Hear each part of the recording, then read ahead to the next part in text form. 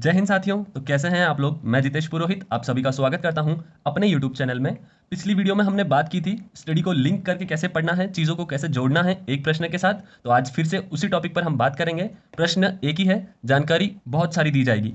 आज कौन कौन सी जानकारी मैं आप लोगों को देने वाला हूं, तो इस प्रश्न का जो आंसर बनेगा उसके रिलेटेड हम कल्चर से भी बात करेंगे, इतिहास से भी बात करेंगे। देन और भी जो चीज़ें याद आती जाएगी हम वैसे वैसे इसको जोड़ते चलेंगे। तो आप लोगों के लिए पहला प्रश्न है। वीडियो अगर देख रहे हो, नए अगर हो, तो प्लीज़ चैनल को सब्सक्राइब कर देना। और अंत में आप लोगों से कहना चाहूँगा, अगर वीडियो अच्छी लगी और वीडियो हेल्पफुल लगती है, कुछ नोट्स बनते हैं, तो वीडियो को प्लीज़ लाइक कर देना यारो। ठीक है, क्वेश्चन के ऊपर बात करते हैं। अलाउद्दीन खिलजी ने निम्न किस दुर्ग को जीतकर उसका नाम खेराबाद रखा था। आप क्वेश्चन नोट कर सकते हो, आंसर मुझे कमेंट करके बताइए। आप सभी का आंसर राइट है, सिवाना का दुर्ग। कौन सा दुर्ग था? सिवाना का दुर्ग को जीतकर अलाउद्दीन खिलजी ने इसका नाम रखा था खेराबाद दुर्ग। अब सिवाना दुर्ग को जीतकर नाम खेराबाद रखा अलाउद्दीन खिलजी ने। तो चलिए सिवाना दुर्ग के बारे में पहले बात कर लेते हैं। सिवाना दुर्ग से रिलेटेड जितनी भी जानकारी है सारी जानकारी दूंगा। ये पार्ट कल्चर का है, तो कल्चर से रिलेटेड मैं आपको इतिहास में भी लेके जाऊंगा, तो मेरे साथ बने रहिए, पूरी वीडियो को अंत तक जरूर देखिए। सिवाना का दुर्ग कहाँ स्थित है? सबसे पहली बात तो ये स्थित है बाड़मेर में। आप सभी को अच्छे से दिख रहा है? लिखा हुआ अगर अच्छे से समझ में नहीं आता है तो प्लीज़ कमेंट करिए, अगली वीडियो में इसको सुधारने की हम कोशिश करेंगे। सिवाना का दुर्ग स्थित है बाड़मेर में। बाड़मेर में कहाँ? छप्पन की पहाड़ियाँ। आप सभी को पता है छप्पन की पहाड़ियाँ बाड़मेर में है, और कमेंट करके बताइए छप्पन का मैदान कहाँ पर है। छप्पन की पहाड़ियाँ, छप्पन की पहाड़ी में एक हल्देश्वर नामक टीला है, हल्देश्वर। ओके, तो ये वहां पर स्थित ये दुर्ग है। अब सिवाना दुर्ग के रिलेटेड जितनी भी बातें हैं, अलाउद्दीन खिलजी ने इसमें आक्रमण किया था, तथा दूसरा साका जो हुआ था वह अकबर के काल में हुआ था। तो अलाउद्दीन खिलजी से जो रिलेटेड बात है वो हम बात करते हैं। इसके लिए मैंने एक बहुत ही अच्छी सी स्टोरी बनाई है, तो आप प्लीज़ वो स्टोरी को ध्यानपूर्वक सुनिए। अगर आपको बहुत सारी चीज़ें समझ में आ जाएगी, अगर आपको बहुत सारी चीज़ें समझ में आ जाती है तो वीडियो को एक लाइक ज़रूर कर देना। अलाउद्दीन खिलजी ने सिवाना पर आक्रमण क्यों किया था, क्या कारण था, वो सारी चीज़ें उठकर आती है। तो आप सभी को पता है अलाउद्दीन खिलजी जब सिवाना पर आक्रमण करता है तो सिवाना पे आक्रमण क्यों करता है? कानड़ देव के कारण। किसके कारण? कानड़ देव चौहान के कारण। अब ये कानड़ देव नाम आया तो ये नाम कहाँ से, ये किससे संबंधित है? तो कानड़ देव चौहान संबंधित है अपने जालोर के चौहान वंश से। कहाँ से संबंधित है ये? जालोर के चौहान वंश से। कौन से शासक थे? कानड़ देव। इनका शासनकाल आपको याद रखना है, तो 1305 से 1311 तक। अब हम कानड़ देव के बारे में पूरी डिटेल में बात कर लेते हैं। कानड़ देव ने 1305 में अलाउद्दीन खिलजी की अधीनता स्वीकार कर ली थी। क्या किया इन्होंने? 1305 में शासक बने और एक ही की अधीनता स्वीकार कर ली। तो अगर आपको पूछा जाए कि जालोर में से किसने अलाउद्दीन खिलजी की अधीनता स्वीकार की थी, तो आप बोलोगे कानड़ देव चौहान ने। इन्होंने क्या कर ली? अधीनता स्वीकार कर ली। अब क्या होता था पिछले टाइम में, जब ये शासक के टाइम में, तो अगर हम किसी की अधीनता स्वीकार करते हैं तो हमारे राज्य में से, हमारी रियासत में से कोई एक आदमी उनकी रियासत में जाता था। हम जिसकी भी अधीनता स्वीकार करते थे उनकी रियासत में भी हमारा एक आदमी रहता था, ये बस अच्छे संबंध बने रहे इसी कारण। तो कानड़ देव को भी कहा गया कि आप भी हमारी रियासत में आइए, अलाउद्दीन खिलजी के वहाँ पर आपको रहना पड़ेगा उनकी रियासत में। तो कानड़ देव ने कहा यार मुँह तो बूढ़ो हो गयो, हमारी तो एज हो गई है, तो आप क्या करो, मैं ना आते हुए मैं मेरे बेटों को भेज देता हूँ। इनका पुत्र कौन सा था? इनके पुत्र का नाम था वीरमदेव। इन्होंने कहा कि मैं मेरे पुत्र को भेज देता हूँ आपके दरबार में। तो कहा चलो ठीक है, कोई बात नहीं, हमें तो कोई भी एक इंसान चाहिए, आप अपने पुत्र को भेजो या फिर आप आ जाओ, कोई मुश्किल नहीं है। तो फिर इन्होंने इनके पुत्र को भेज दिया, इनका पुत्र को एक एक के दरबार में भेजा। ठीक है, एक एक के दरबार में भेज दिया। अब एक एक के दरबार में जब गया, ये लगभग 30 साल का था, एकदम अच्छा हट्टा कट्टा था, बॉडी वगैरह सब इसकी बहुत ही बेहतरीन थी। जैसे ही ये एक एक के दरबार में पहुंचा, आप सभी को पता है एक एक की एक पुत्री थी, एक एक की पुत्री। उसका क्या नाम था? उसका नाम था फिरोजा। उसका क्या नाम था? उसका नाम था फिरोजा। अब जैसे ही विरमदेव को उसने अपने दरबार में देखा, पहली नज़र में देखा और पहली नज़र में ही प्यार कर बैठी भाई, पहली नज़र में ही विरमदेव से प्यार कर बैठी। अब जैसे ही इसने विरमदेव को देख लिया, सारा हो गया, विरमदेव भी उनके दरबार में चला गया। अब दरबार में क्या कर रहा था वो तो आप समझ लीजिए, दरबार में वो एक लेखापाल का काम करता था, वहाँ पे देखभाल वगैरह करना और ये सारी चीज़ें उसकी चलती थी। भाई अकाउंटेंट बन गया, सिंपल भाषा में करंट की जो ये चल रहा है अभी, सिंपल भाषा में तो क्या हो गया, वहाँ का अकाउंटेंट बन गया वो। अब वहाँ पे काम करता फिरोजा के साथ। फिरोजा भी प्रेम कर बैठी भाई इन दोनों से, फ़ोन नंबर एक्सचेंज हो गए, बातें बातें करने लग गए, सब कुछ सारा सेट हो गया। अब फिरोजा ने एक ऐसे कहा, फिरोजा ने अपने पापा से कहा कि मुझे शादी करनी है विरमदेव के साथ, आप कुछ भी करिए, मैं कुछ नहीं जानती। ये वो सारी बातें हो गई। एके ने कह दिया यार ये तो बड़ी मुश्किल हो गई, इससे विरमदेव से शादी करवाना मतलब तेरे को बहुत अच्छे शासक के साथ शादी करवाऊंगा मैं, किसी मुस्लिम शासक के साथ, बहुत अच्छे से शासक के साथ। तो एके ने कहा, फिरोजा नहीं मानी। फिरोजा ने कहा नहीं, शादी करनी है तो सिर्फ विरमदेव के साथ ही करनी है। तो एके ने कहा चलो ठीक है यार, तेरी बात मानते हैं, हम तेरा विवाह किससे करवाएंगे, विरमदेव से करवाएंगे। लेकिन इससे पहले क्या हुआ, एके ने कहा कि मैं विरमदेव से कुछ बातें करना चाहूंगा। तो विरमदेव को बुलाया एके ने अपने पास। देन फिर एके ने विरमदेव के सामने दो शर्तें रखी। क्या रखी? दो शर्तें रखी। वो दो शर्तें क्या क्या थी? एके ने कहा कि तुझे आजीवन हमारे दरबार में ही रहना पड़ेगा, मतलब तुझे जालोर को छोड़कर हमारे दरबार में ही रहना पड़ेगा। तो विरमदेव ने सोचा यार अबाणु भी कहीं कर रहे हो, वही तो काम है, और ठीक है चल रह ले वहाँ, कोई बात को ना। फिर दूसरी शर्त उसने रखी कि तुझे राजपूत धर्म छोड़कर मुस्लिम धर्म को अपनाना पड़ेगा। तो भाई ये सुनते ही विरमदेव का दिमाग हो गया खराब। विरमदेव ने कहा कुछ भी कर लूंगा लेकिन राजपूत धर्म नहीं छोड़ूंगा। ये हो गया भाई दरबार से फरार। विरमदेव क्या हो गया? दरबार से फरार हो गया। फरार हुआ और पहुंचा कहां पर? अपने जालोर में पहुंच गया। फरार हुआ और जालोर में पहुंच गया। भाई अगले दिन हुई, फिरोजा उसको ढूंढने गई, दरबार में तो दिख ही नहीं रहा, ना कहीं ना कहीं, किधर भी ढूंढ लिया, दरबार में नहीं दिख रहा। अब हो गया फिरोजा का खाना पीना बंद। फिरोजा ना रोटी खा रही, ना पानी पी रही, ना कहीं, बस रो रही रो रही रो रही, ये सब सिस्टम चल रहा था। एक ने पूछा उसके साथ कि हुआ क्या है तेरे को? तो उसने ऐसी ऐसी बात बताई कि विरमदेव दिख नहीं रहा, ये नहीं दिख रहा। तो विरमदेव को ढूंढने के लिए विरमदेव को ये नोट लगा के लिखिए, ताकि एक प्रश्न उठ सकता है यहाँ से, उस शासक का नाम या फिर सॉरी उस सेनापति का नाम पूछा जा सकता है। विरमदेव को, जालौर पहुंच गया था वो, तो विरमदेव को जालौर से वापस लाने के लिए अलाउद्दीन खिलजी के एके ने अपने सेनापति किसे भेजा? तो उस सेनापति का नाम है कमालुद्दीन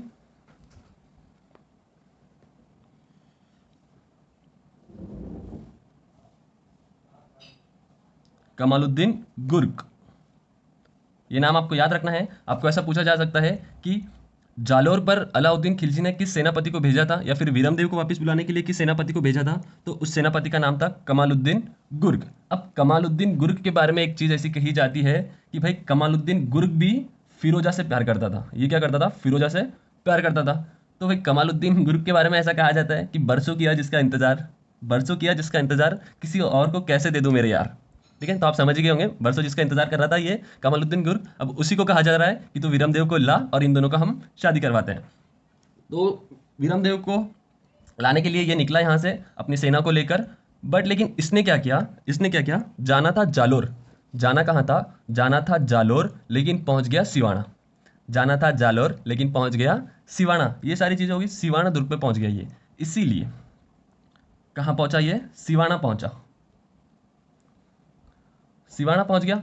अब सिवाना पे ये पहुंचा तो इसको खबर मिली थी कि अगर जालोर दुर्ग को आपको जीतना होता है तो पहले आपको सिवाना दुर्ग को लिए जीतना होता है। इसीलिए सिवाना दुर्ग के उपनाम क्या क्या रखे गए? सिवाना दुर्ग के उपनाम, मैं यहीं पर तीनों उपनाम इसके कवर करवा देता हूं। सिवाना दुर्ग का उपनाम रखा गया जालोर दुर्ग की कुंजी,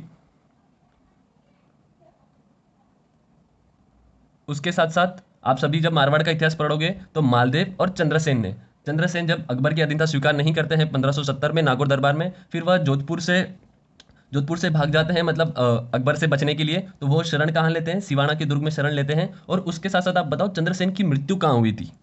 हिंट दे देता हूँ, पाली में हुई थी, लेकिन वहां पर भी एक स्थान का नाम दिया गया है। तो आप उस स्थान का नाम बताइए मुझे कमेंट बॉक्स में कि राव चंद्रसेन की मृत्यु कहाँ हुई थी। राव चंद्रसेन वही जो प्रताप का अग्रगामी कहलाया तथा एकमात्र शासक जिसने एकी की अधीनता स्वीकार, सॉरी अकबर की अधीनता स्वीकार नहीं की थी मारवाड़ की तरफ से। तो इसलिए इसे कहा जाता है मारवाड़ राजाओं की शरण स्थली। ये दो नाम भी इसे दिए जाते हैं, मारवाड़ राजाओं की शरण स्थली। तथा इसके बाद में जो एके जब इसको जीत जाएगा तो खेराबाद नाम दे देगा, वो हमारा प्रश्न लिखा हुआ है। ठीक है, फिर उसके बाद जैसे हम बात कर रहे थे, ये पहुंच गया सिवाना दुर्ग में पहुंच गया। अब सिवाना दुर्ग आ गया हमारा, कहाँ पहुंचा ये? सिवाना दुर्ग। सिवाना दुर्ग कहाँ स्थित है? मैंने आपको सबसे पहले बता दिया, ये बाड़मेर में स्थित है। 56 की पहाड़ियों में हल्देश्वर नामक एक टीला है, वहां पर स्थित है। इस दुर्ग का निर्माण किसने किया? सबसे पहली बात अगर आ जाती है, इस दुर्ग का निर्माण किसने किया, तो वीर नारायण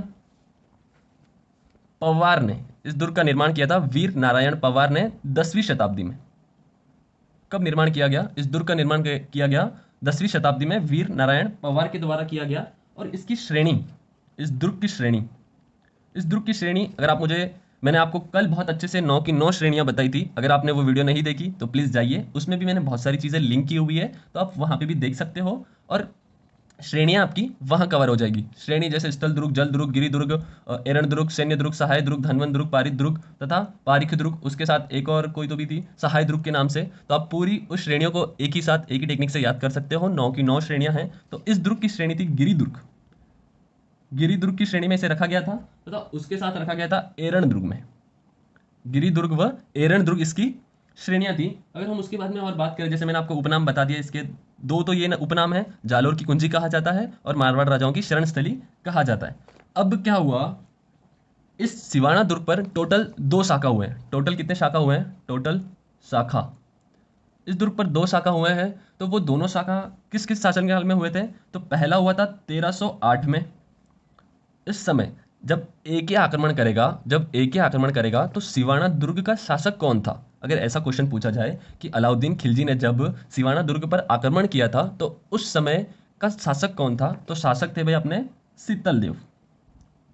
शीतल देव, सातल देव ऐसे नाम लिए जाते हैं, but Sheetal Dev is a right answer. तो शीतल देव शासक थे।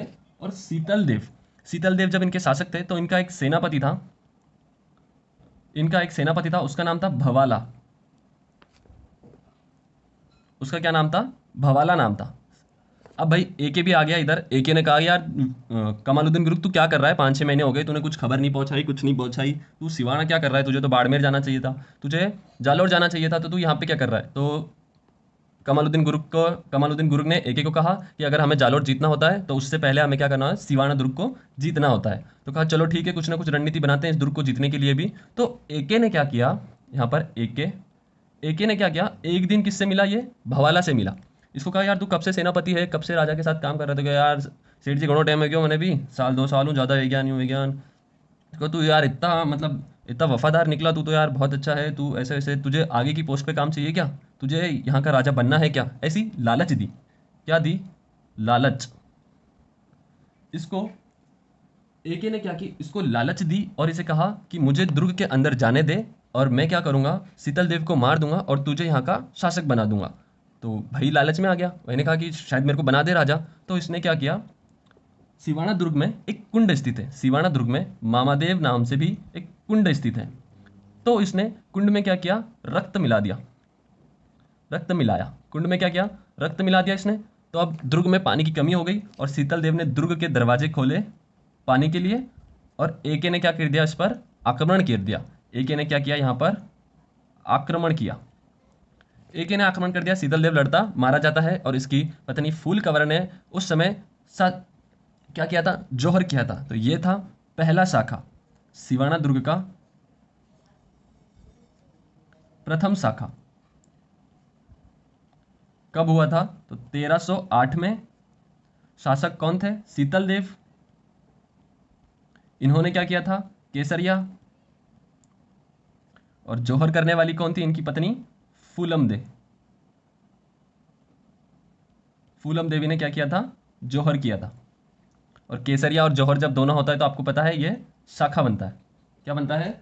शाखा बनता है। और उसी के बाद अगर हम याद रखें तो दूसरा शाखा, इसका जो दूसरा शाखा है ये हुआ था 1587 में। उस समय के शासक कौन थे? उस समय के शासक थे कल्ला राय मलोत। उस समय के शासक कौन थे? कल्ला राय महलोत। कल्ला राय मलोत से आपको एक चीज़ याद रखनी है कि कल्ला राय महलोत ने अपने जीवित रहते मर्सिये लिखवाए थे। मर्सियों का मतलब क्या होता है, किसी भी व्यक्ति की मृत्यु के याद के बाद लिखे गए अच्छे दोहे, उसकी याद में लिखे गए दोहे। ये सारे किससे लिखवाए थे कल्ला राय महलोत ने? अगर आपको ऐसा पूछा जाए तो ये लिखवाए थे पृथ्वीराज राठौड़ से, जो अकबर का दरबारी कवि था। गागरोन का दुर्ग उसे गिफ्ट में दिया गया अकबर के द्वारा। तथा उन्होंने एक ग्रंथ भी लिखा था। उस ग्रंथ को बताइए मुझे, वह ग्रंथ का कौन सा नाम था जिसे दुर्सा आढ़ा ने 5 वेद व 19 पुराण ऐसे कुछ कहा था। और कर्नल जेम्स टॉड ने, मुझे ये अच्छे से याद है, कर्नल जेम्स टॉड ने उसे 10,000 घोड़ों के बराबर का ग्रंथ कहा था। उस ग्रंथ का नाम क्या है ये बताइए कमेंट बॉक्स में, जितना हो सके जल्दी जल्दी कमेंट करते चलिए। और अगर वीडियो अच्छी लग रही है तो प्लीज़ सब्सक्राइब करना, चैनल को लाइक करना। और अगर आप लोगों को भी कोई जानकारी पता है, अगर आप लोगों को भी जैसे मैं पढ़ा रहा हूँ दूसरी कोई जानकारी याद आ जाती है, तो कमेंट बॉक्स में लिख दो। जो भी आपको याद आ जाता है कमेंट बॉक्स में लिखते चले, कमेंट करते चलिए, क्योंकि उस समय जो आपको याद आता है अगर आप उसे इग्नोर कर दोगे तो वो कहीं ना कहीं आपकी माइंड की मेमोरी से वो चीज़ स्किप हो जाती है। वो चीज़ आपको बाद में लेट याद आती है जब तक आप उसे पढ़ नहीं लेते हो। तो अगर आपको मेरे साथ साथ पढ़ते पढ़ते कोई भी चीज़ याद आती है तो उसे भी आप लिखते चलिए। इस समय हुआ था दूसरा शाखा, तो ये किसके काल में हुआ था? ये हुआ था अकबर के विरुद्ध। अकबर के विरुद्ध कल्ला राय मलोत ने किया था। अब उसके बाद जैसे हम बात करें तो देखा जाए तो इस दुर्ग में बंदी बना कर रखा था, सिवाना दुर्ग में बंदी बना कर रखा गया था। सिवाना दुर्ग में किसे बंदी बना कर रखा गया था? तो जय नारायण व्यास को बंदी बनाया गया। बंदी किसे बनाया गया? जय नारायण व्यास को इसे बंदी बनाया गया। अब जय नारायण व्यास को बंदी बनाया गया, तो जय नारायण व्यास के बारे में आप डिटेल में जानकारी ले सकते हो कि जय नारायण व्यास कौन थे? स्वतंत्रता सेनानी थे अपने राजस्थान के लिए। और उन्होंने, उनका उपनाम, जय नारायण व्यास का उपनाम क्या रखा गया? शेर ए राजस्थान। शेर ए राजस्थान इन्हें कहा जाता था। तथा आप सभी को पता है इन्होंने 2 पुस्तकें लिखी थी। इनकी पुस्तकों का नाम क्या क्या था? इन्होंने 2 पुस्तक लिखी थी, जिसमें से इनकी पहली पुस्तक का नाम था मारवाड़ की अवस्था, और उसी के साथ एक थी पोपाबाई की पोल। ये 2 पुस्तकें इन्होंने लिखी थी, पोपाबाई की पोल और मारवाड़ की स्थिति। ये 2 पुस्तकें इनकी लिखी हुई है। और उसके साथ साथ अगर आपको और चीज़ें याद करनी है तो जैसे कि जय नारायण व्यास ने ही मारवाड़ प्रजामंडल का, मारवाड़ प्रजामंडल की स्थापना की थी। स्थापना कब की थी? 1934 में। मारवाड़ प्रजामंडल की स्थापना कब हुई? 1934 में हुई। तथा इन्होंने अखबार चलाए थे। इन्होंने क्या किए थे? 3 अखबार चलाए थे, जिसमें पहला अखबार था इनका अखंड भारत। उसी के साथ इन्होंने चलाया था पीप नामक अखबार था। और तीसरा अखबार जो था आंगी बाण। आप लोगों को आंगी बाण अखबार के बारे में कितनी जानकारी पता है आप प्लीज कमेंट करते चलिए। तथा यह जो आंगी बाण अखबार था यह कहाँ से प्रकाशित होता था? अगर वो टॉपिक अगर पूछा जाए तो ये अजमेर से प्रकाशित होता था।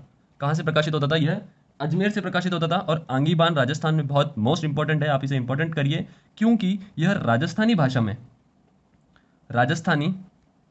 में चलने वाला पहला अखबार था, चलने वाला प्रथम अखबार। और इसे कब चालू किया था अगर वो पूछा जाए तो इसे चालू किया था 1932 में। अजमेर से यह चालू हुआ है 1932 में। पीप जो था यह अंग्रेजी था, अंग्रेजी भाषा में था, और ये अपने हिंदी लैंग्वेज में था। तो ये सारी जानकारी थी सिवाना दुर्ग के बारे में। और उसके साथ साथ सिवाना दुर्ग का परकोटा जो मालदेव ने ये किया था, मालदेव ने बनाया था सिवाना दुर्ग का परकोटा। अगर और कुछ पूछा जाए तो ये तो थी पूरी जालोर का इतिहास के बारे में और सिवाना के इतिहास के बारे में। अब मैं आपको कोई जो जानकारी है पेज पे लिखने के लिए जगह तो नहीं बची, बट मैं आपको बोलते चलता हूँ। मैं स्लो में बोलूँगा तो आप भी नोट करिए या फिर मेरे साथ साथ बस सुनते चलिए, तो आपको भी चीज़ें ज़्यादा समय तक याद रहने चालू हो जाएगी।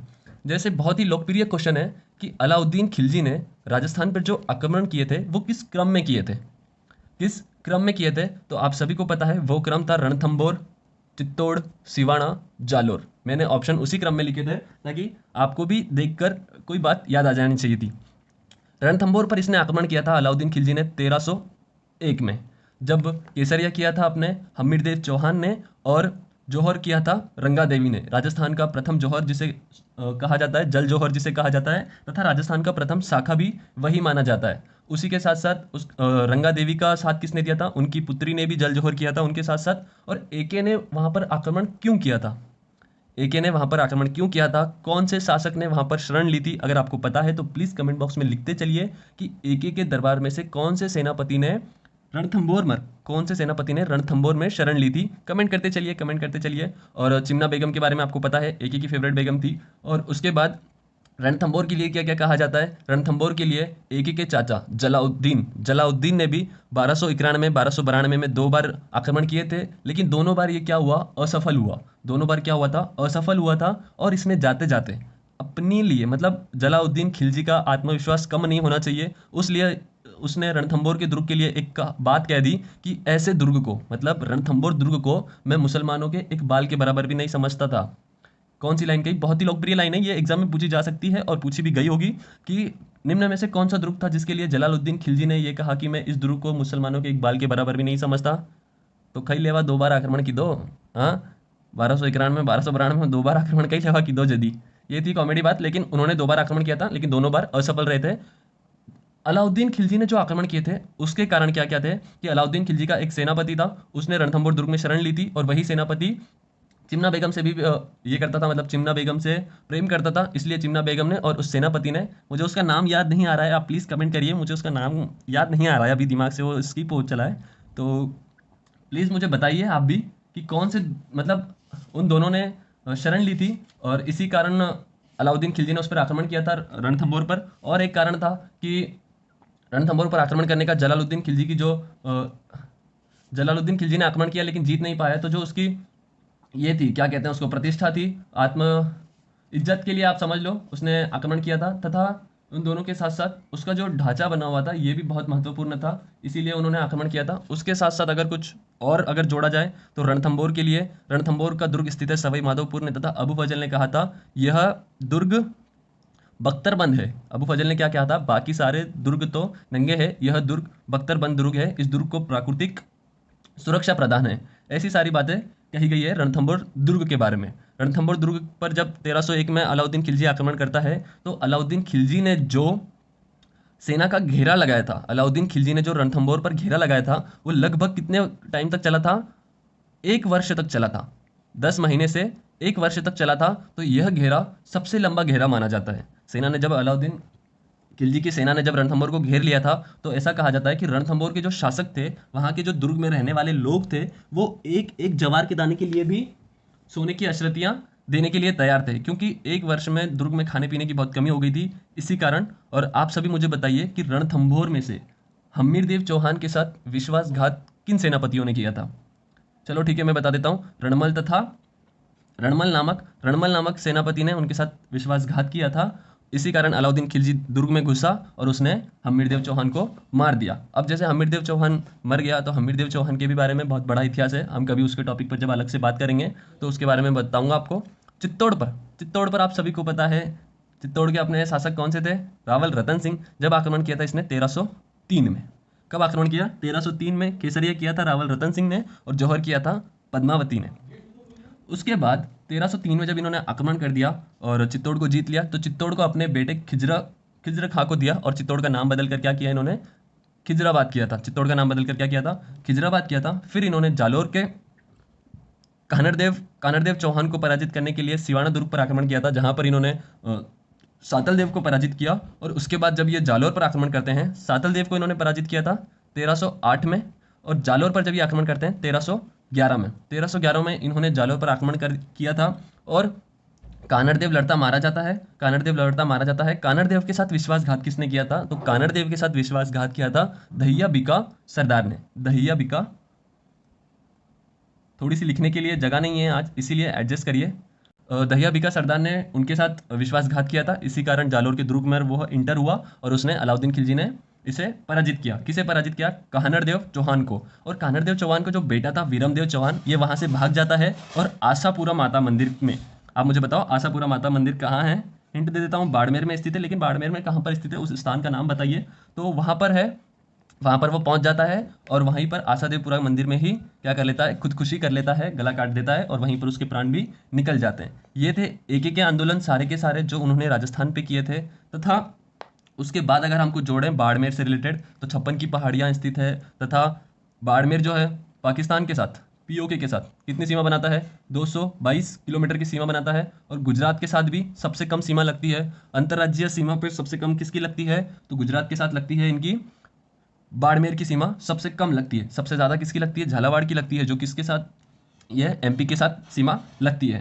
और उसके बाद में अगर बाड़मेर से कुछ देखा जाए तो जैसे बटाड़ू का कुआं तथा बाड़मेर में ही एक स्थान है जो मल्लीनाथ जी के नाम पर मालानी रखा गया था, मल्लीनाथ जी के नाम पर मालानी रखा गया था। उसके बाद में बाड़मेर में एक बटाड़ू का कुआं है, बटाड़ू का कुआं, जिसे रेगिस्तान का जल महल कहा जाता है। तो बटाड़ू का कुआं रेगिस्तान का जल महल कहा जाता है। और बाड़मेर के बारे में आप लोग क्या जानते हो प्लीज़ लिखते चलिए। मुझे जो जो चीज़ें याद आ रही है वो तो मैं आपको बताते चल रहा हूँ, लेकिन आपको भी अगर इसके अलावा कोई और चीज़ें जानकारी मिलती है तो प्लीज़ उसे कमेंट बॉक्स में लिखिए। और इस वीडियो को जितना होता है अगर आप लोगों को अच्छी लगी है तो अपने दोस्तों में भी इसे शेयर करना। ये थी दोस्तों आज की वीडियो। कल फिर से कोई क्वेश्चन लाऊंगा मैं इतिहास से रिलेटेड या फिर भूगोल से रिलेटेड, जो भी मुझे क्वेश्चन मिल जाएगा मैं उस क्वेश्चन को लाऊंगा, प्रिपेयर करूंगा और बहुत अच्छी जानकारी देने को आपको प्रयास करूंगा। तो अगर आपको ये सारी चीज़ें पता चली होगी क्योंकि सिवाना पर आक्रमण क्यों किया था, कैसे किया, वो सभी अगर आपको पता चला है तो वीडियो को प्लीज़ लाइक करिए, चैनल को सब्सक्राइब करिए और जितना हो सके अपने दोस्तों में फेसबुक, व्हाट्सएप, इंस्टाग्राम, आपका जो भी सोशल मीडिया पे जितना भी आपका सोशल मीडिया नेटवर्क है आप वहाँ पे इसे शेयर कर सकते हो। इसी तरीके से आप मेरी भी मदद कर सकते हो। तो जय हिंद, जय भारत दोस्तों। मिलते हैं अगली वीडियो में। कुछ इसी प्रकार लिंकिंग स्टडी से संबंधित मैं वीडियो बनाऊंगा। और मेरी भूगोल की सीरीज चली रही है, उसमें हम नदियों के बारे में पढ़ रहे हैं। तो अगर आपको नदियों से रिलेटेड भी कोई क्वेश्चन बनते हैं तो प्लीज़ आप कमेंट करिए। और अगर आपको नहीं क्वेश्चन है, अगर आपने प्रिपेयर नहीं किया है अभी तक, तो आप उन वीडियो को भी देखिए जहाँ से आप नोट्स भी प्रिपेयर कर सकते हो। और भी बहुत सारी चीज़ें हैं जो आपको छोटी छोटी चीज़ों की जानकारी वहाँ से मिलेगी। कोशिश कर रहा हूँ मैं रोज़ वीडियो देने की, बट स्टडी के कारण रोज़ वीडियो नहीं मिल पाती है। थोड़ा नेट का भी इशू है यहाँ पर नेट नहीं है अच्छे तरीके से, इसीलिए मैं वीडियोज़ थोड़ा सा लेट आएगी मेरी। तो आप थोड़ा सा सपोर्ट करिए और जितना हो सकेगा मैं आप लोगों के लिए वीडियो बनाऊंगा। तो जय हिंद, जय भारत दोस्तों। फिर से एक नया टॉपिक आएगा, कल ही नया टॉपिक दूंगा मैं आप लोगों के लिए। तो प्लीज़ चैनल के साथ जुड़ जाइए, सब्सक्राइब और शेयर करना ना भूलिए।